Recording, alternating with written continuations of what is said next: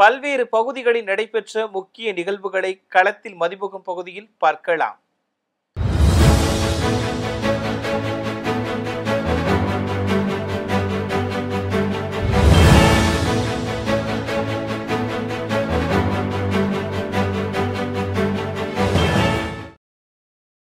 மயிலாடுதுறையில் ஐப்பசி மாதம் நடைபெறும் துலா உற்சவ பெருந்திருவிழாவை முன்னிட்டு வள்ளலார் கோவில் எனப்படும் பதான்யேஸ்வரர் கோவிலில் உற்சவ கொடி ஏற்றப்பட்டது. இதில் திரளான பக்தர்கள் பங்கேற்று சுவாமி தரிசனம் செய்தனர். விழாவின் முக்கிய நிகழ்ச்சியான கடைமுக தீர்த்தவாரி ஐப்பசி மாதம் 30ஆம் தேதி நடைபெற உள்ளது. வேலூர் சத்துவாச்சாரியாரில் உள்ள மாவட்ட காவல் கண்காணிப்பாளர் அலுவலகத்தில் போக்குவரத்து காவலர்களுக்கு சாலை பாதுகாப்பு உபகரணங்களான தலைக்கவசம், டார்ச் லைட் உள்ளிட்ட உபகரணங்களை மாவட்ட காவல் கண்காணிப்பாளர் மயில்வாகனன் வழங்கினார். இதனை திரளான காவலர்கள் பெற்றுக் கொண்டனர். புதுக்கோட்டை மாவட்டத்திற்கு பல்வேறு அரசு நிகழ்ச்சிகளில் கலந்து கொள்வதற்காக முதலமைச்சர் மு.க.ஸ்டாலின் புதுக்கோட்டை மாவட்டம் களமாவூருக்கு வருகை தர உள்ளார். இதனை முன்னிட்டு முன்னேற்பாடு பணிகள் நடைபெற்று வருகின்றன. இதனை பார்வையிட அமைச்சர்கள் ரகுபதி மற்றும் மெய்யநாதன் ஆகியோர் காரில் சென்றபோது கீரனூர் அருகே ஆட்டோ மற்றும் இருசக்கர வாகனம் மோதி 2 நபர்கள் காயமடைந்தனர். இதனை கண்ட அமைச்சர்கள் உடனடியாக காரை நிறுத்தி காயமடைந்தவர்களை மீட்டு சிகிச்சைக்காக மருத்துவமனைக்கு அனுப்பி வைத்தனர். திருப்பத்தூர் மாவட்டம் வாணியம்பாடி பகுதியில் மழைநீர் செல்ல வழித்தடம் இல்லாததால் அரசு மருத்துவமனை மற்றும் தேசிய நெடுஞ்சாலைகளில் மழைநீரோடு கழிவுநீர் தேங்கி நிற்கும் அவலநிலை ஏற்பட்டு வருகிறது. இந்நிலையில் மாவட்ட கண்காணிப்பு அதிகாரிகள் அப்பகுதியில் ஆய்வு மேற்கொண்டனர். அப்போது நீர்நிலைகளில் உள்ள ஆக்கிரமிப்புகளை முழுமையாக அகற்றுமாறு அதிகாரிகளுக்கு மாவட்ட கண்காணிப்பு அதிகாரி உத்தரவிட்டார்.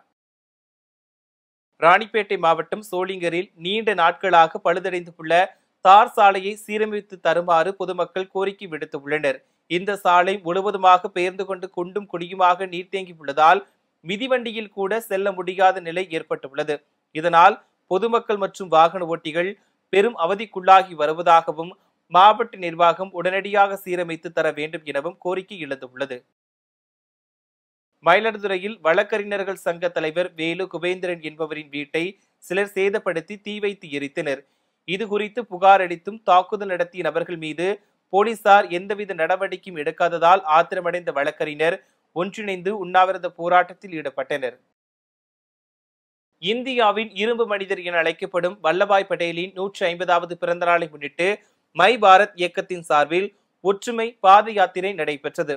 அரியலூர் மாவட்டம் வி கைகாட்டியில் தொடங்கிய ஒற்றுமை பேரணியை அரியலூர் பெரம்பலூர் மாவட்ட மை பாரத் இளையோர் மாவட்ட அலுவலர் கீர்த்தனா தொடங்கி வைத்தார். இப்பேரணியில் பொய்யூர் அரசு மேல்நிலைப்பள்ளி மாணவ மாணவிகள் மற்றும் தனியார் பொறியியல் கல்லூரி மாணவ மாணவிகள் பலர் கலந்து கொண்டு கைகளில் தேசிய கொடியை ஏந்தியவாறு பேரணியாக சென்றனர். வந்தே மாதரம் பாடல் இயற்றப்பட்டு 150 ஆண்டுகள் நிறைவடைந்ததை கொண்டாடும் வகையில் நாட்டு மக்கள் அனைவரும் வந்தே மாதரம் பாடலை ஒருமித்த குரலில் பாட வேண்டும் என பிரதமர் நரேந்திர மோடி வேண்டுகோள் விடுத்துள்ளார். அதன்படி திருப்பூர் ஜெய்வாபாய் மாநகராட்சி பெண்கள் மேல்நிலைப் பள்ளியில் 11 மற்றும் 12ஆம் வகுப்பு மாணவிகள் ஏராளமானோர் ஒன்றிணைந்து வந்தே மாதரம் பாடலை பாடினர். இதில் ஆசிரியர்கள் உட்பட ஏராளமானோர் கலந்து கொண்டனர். திருவள்ளூர் மாவட்டம் சித்துக்காடு கிராமத்தில் உள்ள தனியாருக்கு சொந்தமான உணவு கூடத்தில் கேஸ் கசிவு காரணமாக பயங்கர தீ விபத்து ஏற்பட்டது. அப்போது பணியில் இருந்த ஊழியர்கள் அலறியடித்து வெளியேறினர்.